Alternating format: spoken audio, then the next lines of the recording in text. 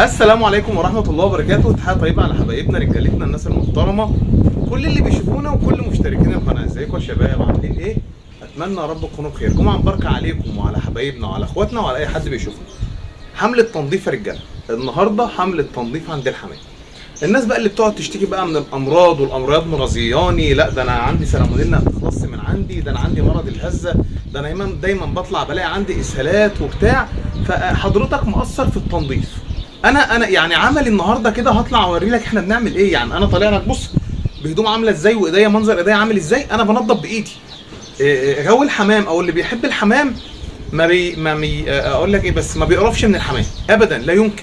هو تلاقيه بيحب يخدم الحمام، يعني هو بيستمتع وهو بيخدم الحمام. في حاجه بس نقطه مهمه حابب ان اكد عليك فيها، لازم تلبس كمامه وانت بتنظف لحمامك عشان التراب والهبو والكلام ده كله ما يأذيش عندك الرئتين. دي نقطه مهمه جدا جدا جدا. هنوريك النهارده احنا بننظف ازاي وبنتعامل مع الحمام ازاي، سواء كان خشب او عيون سلك عملي قدامك، وهوريك المنظر قبل وبعد. الفيديو ده هيتصور على كذا مرحله. في نقطه حابب اكد عليك فيها، ما تشتكيش من الامراض ومن المشاكل اللي ما بتخلصش من عندك وحضرتك ما بتنظفش. انا بحد اقصى يوم ما اتاخر قوي واقول ان انا يعني الدنيا عندي وسخه او الدنيا عندي مش نظيفه، اسبوع. لا انت يوم اجازتك الحد، اجازتك الاثنين، اجازتك الجمعه زينا يا باشا. انا الحمامه ديت انا ما جبتهاش حبستها في باب عشان افضل اعذب فيها، لا يلا بينا. انا جبتها حبستها في باب، يبقى واجب عليا ان انا اخدمها اكل وشرب ونظافه، اكل وشرب ونظافه. احنا بنكرس يومنا كله الاجازه بتاعنا لحمامنا، سواء انا او احمد. مش عايز تخدم الحمام ما تزعلش من كلامي، والناس بتزعل مني، صفيه صفي الحمام. يلا بينا كده الاول نخش جوه ونسمي الله ونشوف المنظر عامل ازاي، وهجيب لك المنظر قبل وبعد، وهوريك احنا بننظف ازاي وايه اللي احنا محتاجينه. صباح الفل يا حاج احمد، جمعه مباركه عليك يا حبيبي وعلى الامه الاسلاميه جميعا، ويا رب يزول الغمه كده عن قريب عن اخواتنا وحبايبنا ان شاء الله في غزه. بصوا يا شباب، منظر السلاكه لا يسر عدو ولا حبيب، فاحنا بننظف. بص المنظر عامل ازاي، بص الوساخه، بص الوساخه، بص المنظر عامل ازاي، كل الكلام ده. بص بص بص بص، دي تنظيفه اسبوع، فما بالك انا بس بستعجب على الناس اللي بتسيب الزباله عند الحمام شهر واثنين وثلاثه ويقول لك انا تمام كسرت المكلف يا بركه. ماشي، يعني مكلف فخار ومخزف كمان، حطه انا ابقى الحمه. اشتغل بحاجه بلاستيك، في البرميل حته بلاستيك، علبه كده بلاستيك كده. بصوا يا شباب، هذا جزء متنضف، جزء ثاني متنضف ولسه شغالين. ماشي، كل الكلام ده هيتكنس. الزباله اللي بتتكنس دي كلها انا كده ما عملتش حاجه، النظافه دي كلها لازم تتلم بره.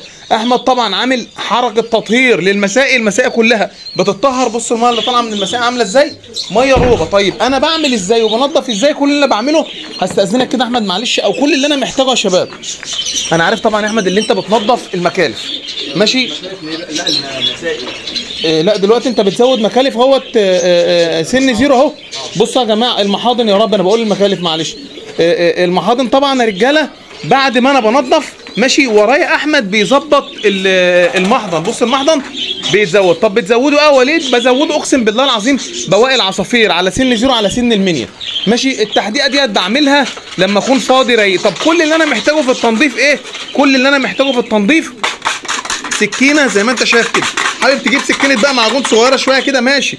عندك مشط كده كبير كده ولا مش عارف بيسموه ايه كده وماله، تمام. بص حتى احمد لما بيحط الفرشه المحضن الحمام بيبدا ينقر كده. انا الحمام بحس ان هو مستمتع، ماشي. هتيجي تقول لي اصل انا والله مقفول من الحمام، اصل مات مني النهارده زغلولين. قسما بالله العظيم انت رامي كام زغلول النهارده يا ابن الحلال؟ والله رامي 5. ده ما يمنعش ان انضف، انا ده طبيعه الحمام عندي. انا بنقل لك الصوره كامله. بصوا يا رجاله التنظيف بيتم ازاي، تقشير الدرج، ولو بقى خشب بيقشط برده جوه خالص خالص بينضف برده. يعني مفيش حاجه اسمها انا عندي خشب ده متعب ده انا مش هنضف. بص اهو، تعالى يا احمد هات الاكل، خد دي بواقي الاكل يا رجاله، انا بطلعها من الادراج. عامل لي قيم، ماشي، ومش عايز الاكل يا باشا ارميه. انا يا باشا الكيلو عندي بيتكلفني 30 جنيه. انا لما يطلع عندي كيلو زي ده كده وامسكه وانسفه وانضفه واطلع كيلو، انا اولى بيه. ما انا بقول لك انا اولى بيه. هديه يا عم الحضان، هديه كام جوز سايبين، ماشي.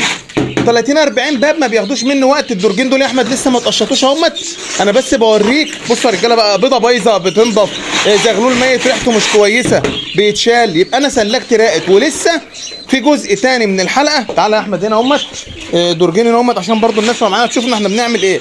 بشد الدرج معايا الكف ده يا احمد اسمه كف معجونه شباب، بيتجاب من عند بتاع الحدايد والبويات، بيتجاب من عند ايه بتاع الحدايد والبويات. بص تعالى اهو اكل اهو. احمد بيلمه بكام حبايه زبله كده، وارجع بعد كده انا امسكه ساعه كده قاعد فاضي، ولا احمد قاعد فاضي، يقوم ماسكهم منقيهم. ماشي، انا بقول لك على كل صغيره وكبيره انا بعملها. تنظيف الثلاجه ده ممكن ياخد مني ساعتين 3 4، بس ببقى نازل مزاجي حلو ومستمتع. بص يا رجاله البيضه البايظه تعمل لي ريحه وحشه، يلا تنظيف. هات يا احمد، هات شويه الاكل دول برضه، هاتهم. بص يا رجاله نطلع بتوع قد ايه دول يا احمد؟ بتوع 2 كيلو يطلعوا قد ايه دول؟ يا باشا دول الحضان باكلهم الحضان. عايز تاكلهم كده للحضان، ما تخافش، الحمام ذكي، الحمام بينقي حبايه الكلفه ويسيب الحبايه اللي فيها وسخ. طيب انا كده الادراج دي كلها نضفت احمد عبد الرحمن.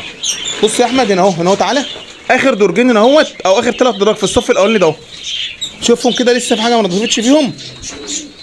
انا دلوقتي ايه الدور اللي بعد كده؟ خلاص كده قشطت كله ونضفت كل الادراج وروقت دنيتي. ده لو عندي عيون سلك زي ما انت شايف كده، عندي عيون خشب هتتعبك شويه، بس لازم تتنضف. ما عندكش مبرر تقول لي اصل انا يا باشا والله عندي خشب مش هينفع انضفه. هات يا احمد الاكل ده خساره، هات يا رجاله حبايه الاكل بفلوس، الكلفه غاليه، مش بخل مني ولا حاجه ولا هاتعب حمامي، لا، فرد الحمام اذكى مني ومنك. فرد الحمام لا يمكن ينقي حبايه كلفه مش نظيفه. اهو كده هو نضف، بقى لنا اخر درج. انا بس حابب ان انا اوريك. هات لي هنا احمد درج ده كده ونضفك عشان تشوف الناس بتقشط ازاي.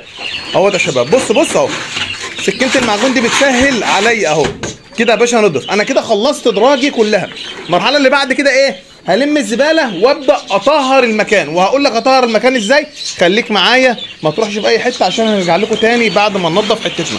طبعا عايزك برضو تقارن بين المنظر ده والمنظر اللي انت هتشوفه بعد كده. الله ينور يا حاج احمد، تسلم ايدك يا كبير. يلا يا رجاله نقفل ونرجع لكم تاني بعد شويه. السلام عليكم. طبعا رجاله يعني رجعنا لكم تاني بعد حرفيا ما اتكسحنا والله، قسما بالله العظيم اتكسحنا. يعني بقالي اكتر من ساعتين بنضف الثلاجه، بس صدقوني اللي يعني بيحب الحمام وجو الحمام ما عندوش مشكله خالص ان هو ينضف، بالعكس كمان هو بيبقى تعبان.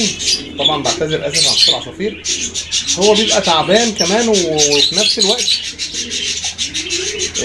نازل مزاجه حلو ان هو ينضف للحمام. تعالوا كده نسمي الله كده ونشوف النتيجه. طبعا احنا شفنا الجزء الاول من الحلقه منظر الثلاجه كان عامل ازاي والشكل العام وقله النظافه، المنظر كان عامل ازاي. وتعالوا بقى نسمي الله ونبص على النظافه اخبارها ايه. هنزود اضاءه كمان عشان نتفرج كده بمزاج انا وانتم مع بعض. بصوا يا رجاله، ده طبعا الادراج ونظافه الادراج اهي، دي الادراج ونظافه الادراج.